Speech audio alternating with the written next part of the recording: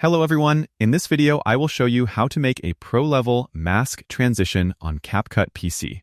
First, open CapCut and place two clips next to each other on the timeline. Select the second clip. Go to the right panel and click on Mask.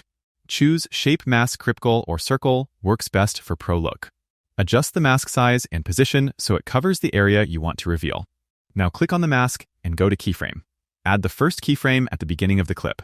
Then move the playhead forward 0.8 to 1 second and resize or move the mask to fully reveal the second clip. CapCut will automatically create the transition. For a more cinematic look, add a slight feather to the mask edges and combine it with a small zoom or fade effect. You can also use custom mask with drawings for unique transitions. Preview the timeline and adjust the speed until it looks smooth and professional. That's it. This is how you can create pro mask transitions on CapCut PC. If you found this video helpful, don't forget to like and subscribe for more easy tutorials. Thanks for watching.